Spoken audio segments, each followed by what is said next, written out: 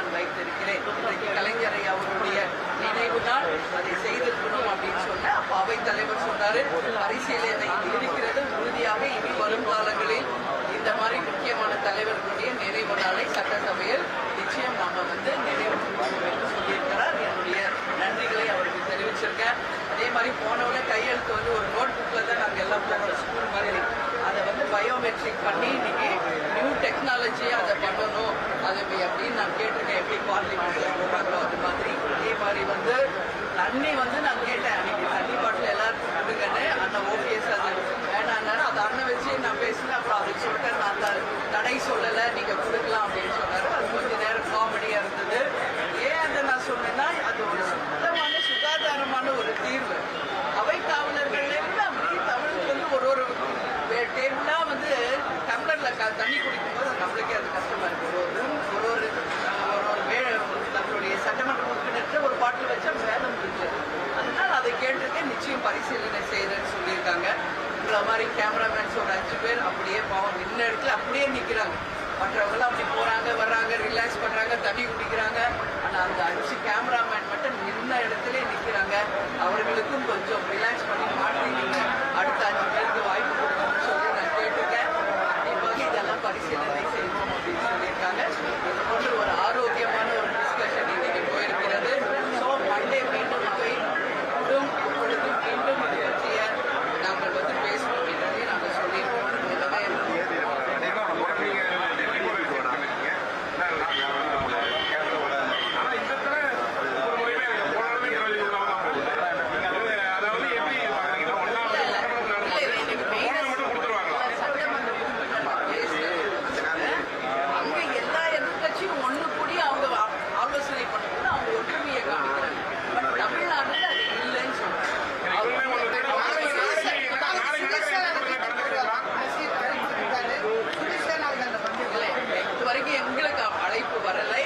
அழைப்பு வரும்போது நாங்கள் சொல்கிறோம். திடீர்னு சொன்னால் அவங்களுக்கு வேறு ஏதாவது ப்ரோக்ராம் இருக்கலாம் இல்லையா. இன்னைக்கு வரைக்கும் இந்த நிமிஷம் வரைக்கும் எங்களுக்கு அழைப்பு வரலை.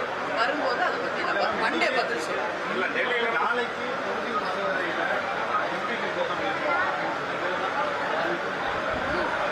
இல்லை, நாளைக்கு சாட்டர்டே சண்டே எது தெரிஞ்சு லீவ். நாங்கள் நைட்டே வரைக்கும் தான் தெரியல. இனிமேல் தான் நான் பேசணும். ஏன்னா நான் காலையிலேயே வந்துட்டேன். இப்போ எதாவது ஃபர்தர் டிசிஷனாக என்னன்னு எனக்கு தெரியாது. அது தெரியல. நான் பேசிட்டு இதுக்கான பதில் உங்களுக்கு பண்ணி நான் எனக்கு தெரிஞ்ச நான் பேசுகிறேன். இன்னும் நான் மார்னிங்கே இங்கே வந்துட்டேன். பார்லிமெண்ட் போனாரா, அங்கே என்ன பேசுகிறாங்க, நாளைக்கு மீட்டிங் இருக்கா இல்லையா, எதுவுமே தெரியாமல் நான் பதில் சொல்ல முடியாதுல்ல. எதுங்க இங்கே நம்ம சிஎம் அழைச்சிருக்காங்க. எல்லாம் எம்பிஸ் அனைத்து கட்சி எம்பிஸ் புரியுதுங்களா. அதுதான் இன்னைக்கு சுரேஷ் டெல்லியில தான் இருக்காரு, இன்னும் இங்கு வரவில்லை. நான் என்ன சொல்றேன், திடீர்னு அழைக்கும் போது அவங்க நான் சொல்றேன் 15 நாளா அவங்க எல்லாருமே டெல்லியில தான் இருக்கிறார்கள்.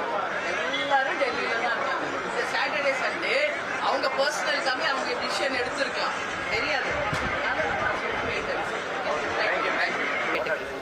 இன்றைக்கு பட்ஜெட் குறித்து நம்ம பேசும் பொழுது நிறைய விஷயங்கள் நம்ம பேசணும். அதுல டெண்டர் சீக்கிரம் கால் ஃபார் பண்ணுங்க, மாவட்ட ஆட்சியர்களுக்கு நீங்க ஆர்டர் கொடுங்க, சீக்கிரமாக எங்களுக்கு ஒவ்வொரு தொகுதிக்கும் ஃபண்ட்ஸ் ரிலீஸ் பண்ணாதான் தொகுதியில் இருக்கும் நம்மளுடைய வேலைகளை நாங்கள் தொடங்க முடியும் என்பதை நான் கேட்டுக்கொண்டேன். அதே போல இன்னைக்கு மழை அங்கங்கே நெல் மூட்டைகள் திறந்த வெளியில கிடக்கு, எல்லாம் உழைத்து இன்னைக்கு பயிராகின்ற நிலைக்கு மாறிடுச்சு. அதுக்கெல்லாம் உடனடியாக பாதுகாப்பு கிடங்குகள் உருவாக்குங்கள். அந்த நெல்மணிகளை பாதுகாக்க வேண்டும். நான் சார்ந்த துறை, நான் சார்ந்த தொகுதியில இன்றைக்கு நூற்றுக்கணக்கான கிராமங்கள் நெல் பயிரை ஆதாரமாக கொண்டு வாழ்கின்ற விவசாயிகள் இருக்கின்ற கிராமங்கள். நான் டைம் ரொம்ப ஷார்ட்டா இருக்கிறதுனால எனக்கு நூற்றுக்கணக்கான கிராமங்கள் இருந்தால் ஒரு 5 கிராமத்தை மட்டும் நான் எடுத்து காட்டினேன். அதுல சாத்துக்குடல், கார்குடல், கருவேலங்குறிச்சி, வயலூர், சின்னப்பரூர் என்ற சில கிராமங்கள் பேரை சொல்லி எல்லாமே திறந்த வெளி நெல் முட்டைகள் நினைந்து இன்றைக்கு எல்லாம் வீணாகின்ற ஒரு நிலைமை இருக்கு. அதற்கு உடனடியாக தீர்வு செய்தும் மழை வரும் பொழுதே நாம பாரு மேகதாது அணை அடுத்த ஸ்டேட்டையே நம்பி இருக்கோம். நான் முதல் டே எப்படி சொன்னேனோ அதை தான் இன்னைக்கும் சொன்னேன். நமக்கு கிடைக்கும் மழை வரம், அந்த வரத்தை நாம் பாதுகாக்கணும். பாருங்க, கிடைக்கின்ற மழையை சேமிக்கணும், தடுப்பணைகளை கட்டணும். நாம ஒவ்வொருவரும் ஒன்று கூடினால் தமிழ்நாட்டை நீர்மிகை மாநிலமாக மாற்ற முடியும். அதனால நிச்சயம் அதுக்கான வேலையை இந்த ஆட்சி தொடரணும் என்று சொன்னேன். அது மட்டும் கிடையாது, இன்னைக்கு மேகதாதுவில் அணை கட்டுவதை பத்தி நிறைய பேசினாங்க. அதே மாதிரி காவேரி விவகாரத்தை பத்தி பேசினாங்க. நான் என்ன சொல்றேன், உரிமை கொடுத்துதான் ஆகணும். அவங்க கிட்ட மறுபடி பேசுறதுக்கு அது ஒண்ணுமே இல்லை. மேகதாதுல டேம் கட்டக்கூடாது. காவேரியில இருந்து தண்ணி தமிழ்நாட்டுக்கு டிஎம்சி கொடுத்துதான் ஆகணும். யாரும் இதை சொல்லணும். அதை பத்தி 150 வருஷமா பேசணும், இன்னும் பேசுறதுல பிரயோஜனம் இல்லை. அதனால முதல்வர் அவர்களே ஸ்ட்ராங் ஆக்ஷன் எடுங்க. Be strong to take good decision. Strong decision நான் பேசியிருக்கேன் சட்டசபையில. எல்லாரும் தமிழ்நாட்டுக்காக, தமிழக விவசாயிகளுக்காக ஒன்று கூடுவோம். எப்படி கேப்டன் எதிர்கட்சி தலைவராக இருந்தபோது அனைத்து கட்சிகளையும் அழைத்து சென்று தமிழ்நாட்டின் பிரச்சனைக்காக பாரத பிரதமர் திரு நரேந்திர மோடிஜி அவர்களை சந்தித்தாரோ, அதுபோல இங்கே அனைத்து கட்சி கூட்டத்தை கூட்டுறமோ இல்லையோ தீர்மானம் நிறைவேற்றினோம். எதுக்கு எதிர்கட்சி எல்லாம் ஒன்று சேர்ந்து சொல்றாங்க, எதுக்கு அவங்க கேட்குறாங்க எல்லா கட்சியும் ஒன்று கூட்டி நீங்க கூட்டம் போடுங்கன்னு. ஆனா ஆளுங்கட்சி சொல்றாங்க தீர்மானமே நிறைவேற்றியாச்சு, எதுக்கு அனைத்து கட்சி கூட்டம்னு அவங்க சொல்றாங்க. அதனால நாங்க என்ன சொல்றோம், யாருக்கு இது புரியவர் பாரத பிரதமர் அவர்களுக்கு நம்ம சந்திப்போம்னு நான் கேட்கிறேன். மேகதாது டேம் கட்டக்கூடாது, காவேரியில எங்களுக்கான உரிமை தரணும்னு சொல்லி தமிழ்நாட்டு அனைத்து தலைவர்களையும் ஒன்று கூட்டி நமது முதல்வர் விஜய் அவர்கள் சென்று பாரத பிரதமரை எப்படி கேப்டன் போய் மக்களுக்காக சந்திச்சாரோ அந்த மாதிரி சந்திக்கணும் என்ற கோரிக்கை இன்னைக்கு நான் அவையில் வைத்திருக்கிறேன். மக்கள் பிரச்சனைக்காக போலாம், தப்பு ஒண்ணு கிடையாது என்பதை நான் சொல்லிக்கிறேன். அதே போல இன்னைக்கு 817 மதுபான கடைகள் மூடிட்டாங்கன்னு சொல்றாங்க. அதுல சிலவற்றை நாங்கள் உதாரணமாக சொல்லியிருக்கிறோம். அவற்றை உடனடியாக சொல்லணும்.